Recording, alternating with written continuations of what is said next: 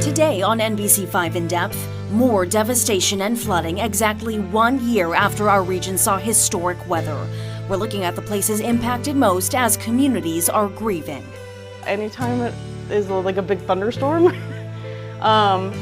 it kind of triggers something.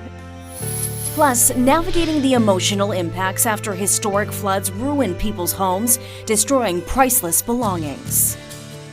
And it's common to feel anxiety, depression, feelings of being overwhelmed, and some may experience greater symptoms. The mental health resources available to flood victims and the state's efforts to get people the help they need, even when they don't feel like it. All that and more coming up right here on NBC5 In Depth. Good morning and thank you for watching. This is NBC5 In Depth. I'm Lauren Granada. This week, our region marked 1 year to the day since devastating flooding reshaped our communities last July. It's hard to believe that now we're faced with more flooding and heartbreak that in some places looks just the way it did a year ago. On Wednesday night, remnants from Hurricane Beryl swept through, leaving communities underwater Thursday morning, with roads washed out and even homes carried away, causing widespread deadly destruction. Plainfield, Vermont was one of the hardest hit areas this time around. 5 units from this apartment complex were ripped from the building and swept into the Winooski River there. This is another home that got swept away. That's all that's left of it. It piled up on this bridge. We spoke with neighbors there who are grieving this unexpected loss. Many of them in shock when we spoke with them. Some said this was even worse than what they experienced last year. There's a lot of sadness and disbelief that this is happening again. What was it like to wake up this morning and coming out to seeing this just outside of your home that you've lived in now, you said, for a good number of years? It's like unreal, otherworldly. It's like waking up in a new setting, and it's scary because well, my apartment is on the second floor, and I was able to get up there and see. I don't know how safe it is, and my neighbors that have lost their home over at the Heartbreak. It's just heartbreaking.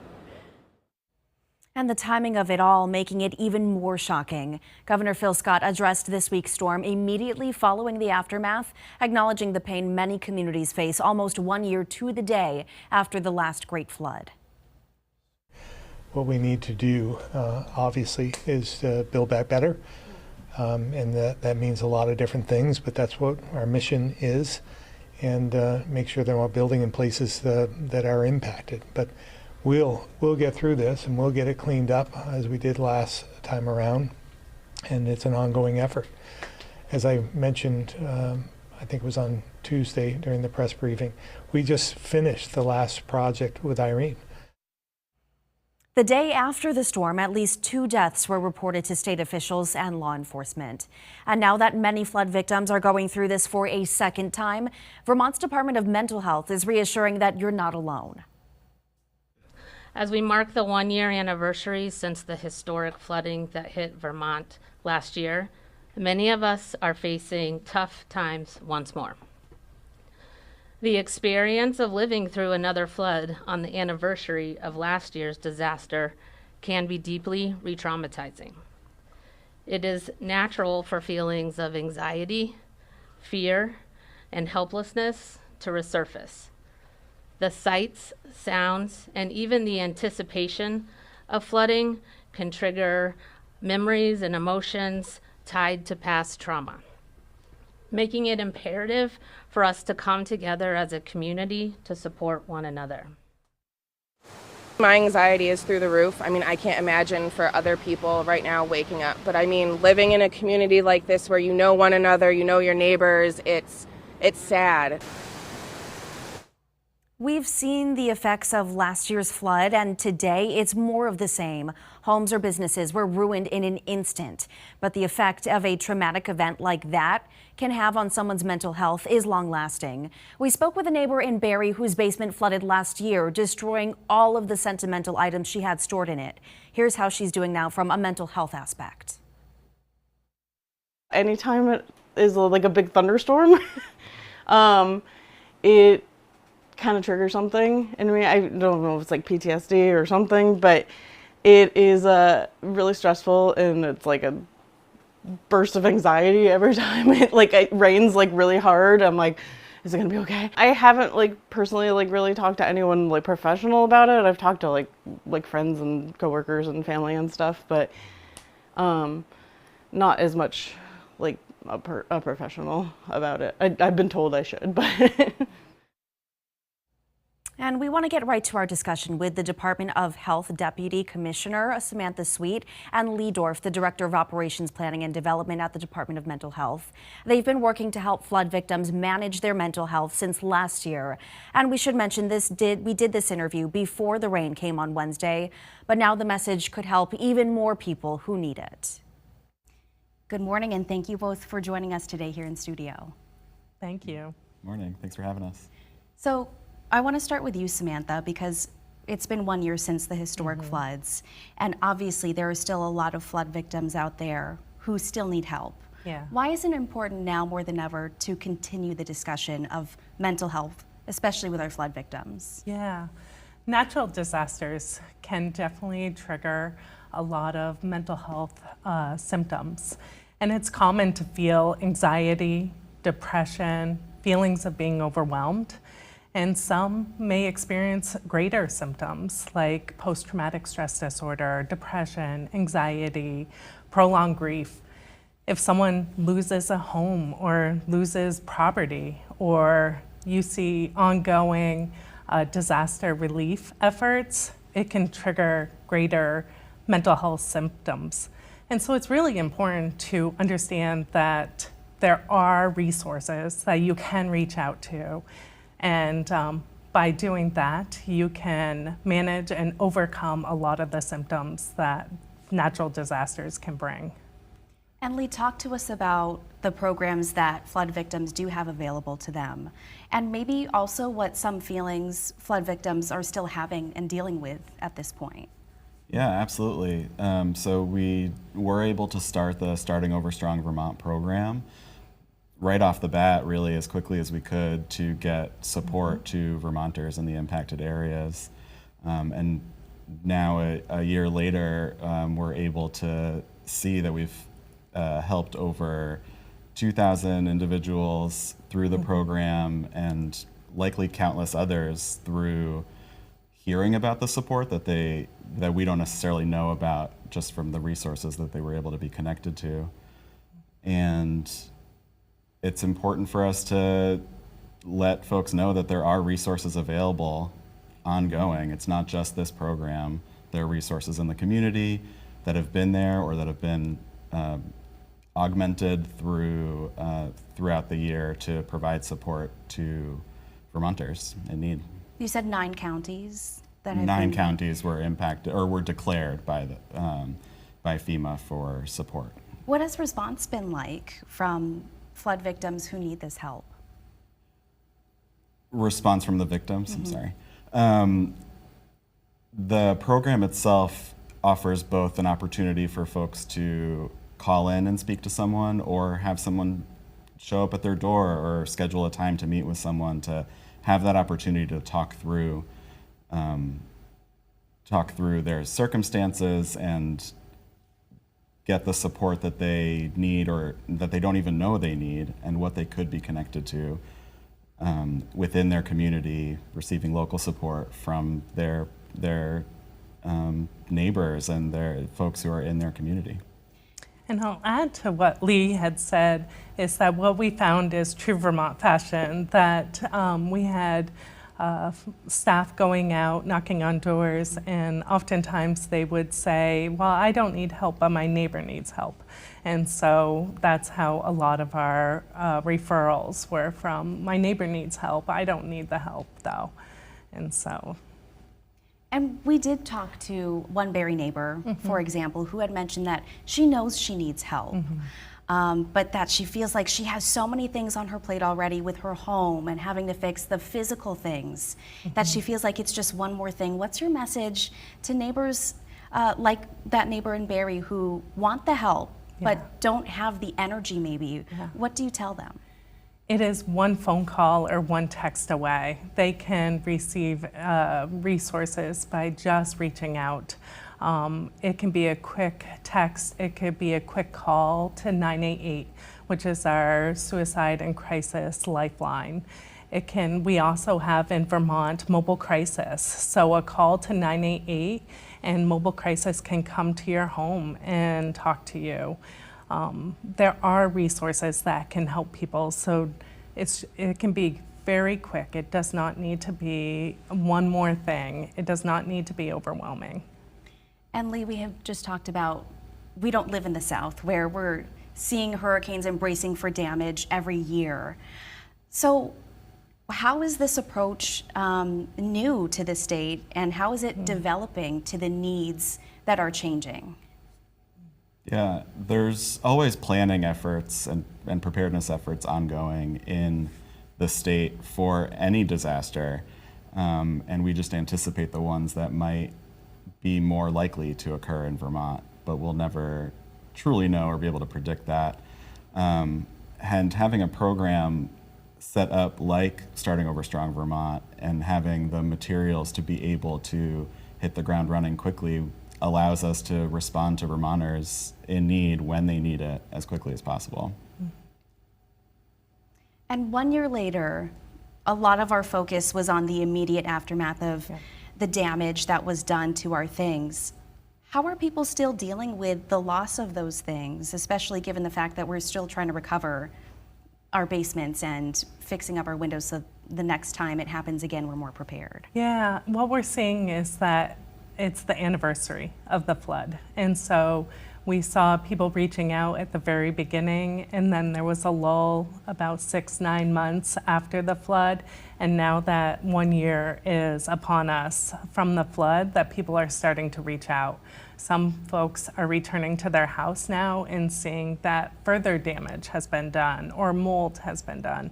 And so those feelings of being overwhelmed and being full of anxiety, or with the tornado watch, or with the rain that's coming, people are getting triggered. And so knowing that they don't have to go through this alone and that they can reach out to 988 or their local crisis line or their local community mental health agency, or we still have Starting Over Strong that they can reach out to by calling 211. And that goes through to the end of July. I'll also add that there's a general misconception of I shouldn't reach out because somebody else needs the services more. And that shouldn't be the case. There are services available to anyone who needs it, and if you're not sure, make the call. See if there's something that's the right fit for you. That's a good point to make, because you don't have to be a flood victim. You don't have to have your basement flooded in order to feel those emotions. Yes. Right. Yep. And talk to me about what's ahead for the department and these programs, and how mental health is just still an ongoing and developing thing that just doesn't just end after one phone call or text. Yes. So like we had said, Starting Over Strong Vermont ends at the end of, July. And then 988, our suicide and lifeline support, is ongoing. And you can call or text that. Mobile crisis is also in Vermont, like I had mentioned, by calling 988. Our local community mental health agencies is ongoing. For farmers, there's Farm First, which is specialized counseling for farmers. They can reach out for that support as well. So there's a lot of initiatives, and there's a lot of good work happening in our communities to support folks.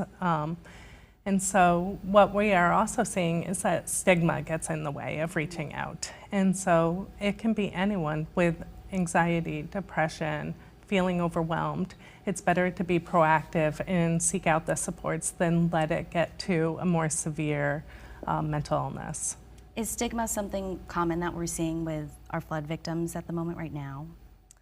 I think people are hesitant to reach out because of stigma, or they hear that they're from a mental health agency, and so they are resistant to receiving those supports and like, oh no, I'm all good. And that's kind of the Vermont way of going about things. But it's Starting Over Strong is just hearing about people's stories. And it could be flood victims that are sharing their stories, or it could be you have lived somewhere where there was a flood and now you live somewhere else, you had to relocate. And so what does that look like? And just hearing their stories is important. Yeah, and another thing could be that people haven't thought about their mental health. It hasn't been front of mind for them, and now that they're experiencing this event or experienced this event, they're realizing that they are struggling with something, or it would be helpful to talk to someone, and they just haven't had to do that before or didn't know that they had to do that before. And so the resources are there and available for folks to reach out and just see if it's something that's for them that could make things a little smoother for them and get them the resources and help they need. Lee and Samantha, thank you both so much for being here with us today. Well, thank you. Thanks for having us. Appreciate it. And here's a list of those resources. You can reach Starting Over Strong at 211 and also report any additional damage from this past week's storm with that number. 988 is another number you can call. That's the Suicide and Crisis Lifeline. They have immediate help and resources available 24/7. When we come back, more damage and recovery in many of the same areas we saw devastated by flooding last year. But this time around, there was a difference in magnitude and which communities were spared. We'll have more on what we've learned and why some are optimistic they'll come out stronger.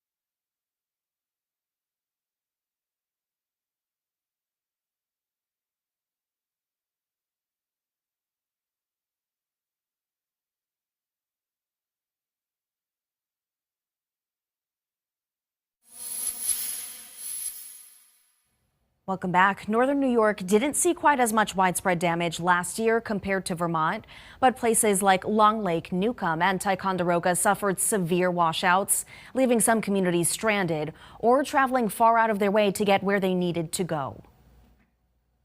The storm washed out my driveway. I have about a half mile, like you're saying, a dirt driveway.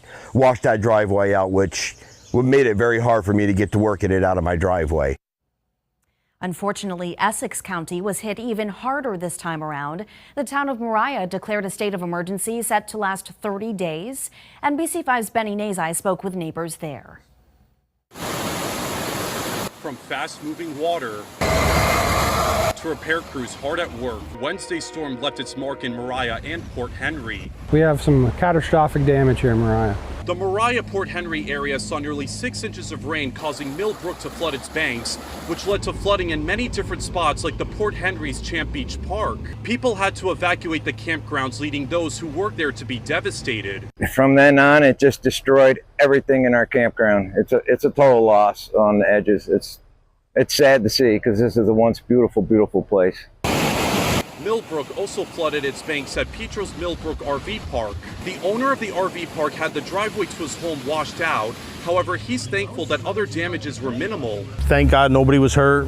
No RVs were harmed in any way, and we're just doing cleanup and repairs. The damage is similar to storms in the past, but that doesn't make it any easier. This is pretty close to what Irene did. Irene did a little bit more damage, significant damage to this campground.